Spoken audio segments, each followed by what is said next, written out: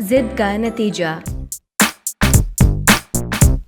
ایک مرتبہ کا ذکر ہے کہ پنجاب کے شہر لاہور میں ایک خاندان رہائش پذیر تھا۔ اس خاندان میں شکیل احمد، ان کی زوجہ، والدہ اور 3 بچے تھے۔ شکیل احمد پیشے کے اعتبار سے ڈاکٹر تھے، جبکہ ان کی اہلیہ پارلر کا کام کرتی تھی۔ گھر میں پیسے کی ریل پیل تھی اور سکون بھی۔ شکیل احمد کی والدہ دل کی مریضہ تھیں۔ وہ ایک نیک سیرت خاتون تھیں۔ شکیل احمد کا ایک سب سے بڑا بیٹا جواد میٹرک کا طالب علم تھا، جبکہ اللہ نے انہیں جڑواں بیٹیوں ایمن اور منال سے بھی نوازا تھا۔ جواد ایک سعادت مند اولاد تھی۔ وہ دل لگا کر پڑھتا اور سب کا خیال رکھتا تھا۔ ایمن اور منال بے حد خوبصورت اور پیاری بچیاں تھیں۔ چھٹی جماعت کی طلبہ ہونے کے ساتھ ساتھ دونوں بہنیں تقدیر کا بھی شوق رکھتی تھیں، لیکن منال میں ایک شدید بری عادت تھی کہ وہ بڑی ضدی تھی، جبکہ ایمن اس سے بالکل الٹ مزاج کی مالکہ تھی۔ جواد نے میٹرک کا امتحان پاس کیا تو شکیل احمد نے تحفے میں اسے موٹر سائیکل لے کر دی۔ جواد کی خوشی کی کوئی انتہا نہ رہی۔ ایمن اور منال بھی بہت خوش تھیں۔ جواد نے جلد ہی موٹر سائیکل چلانا سیکھ لی۔ وہ بہنوں کو سیر کرانے لے کر جاتا، گھر کا کام بھی کر دیتا۔ ایک دن منال کے دل میں بھی موٹر سائیکل چلانے کا خیال آیا تو اس نے بھائی کی موٹر سائیکل پر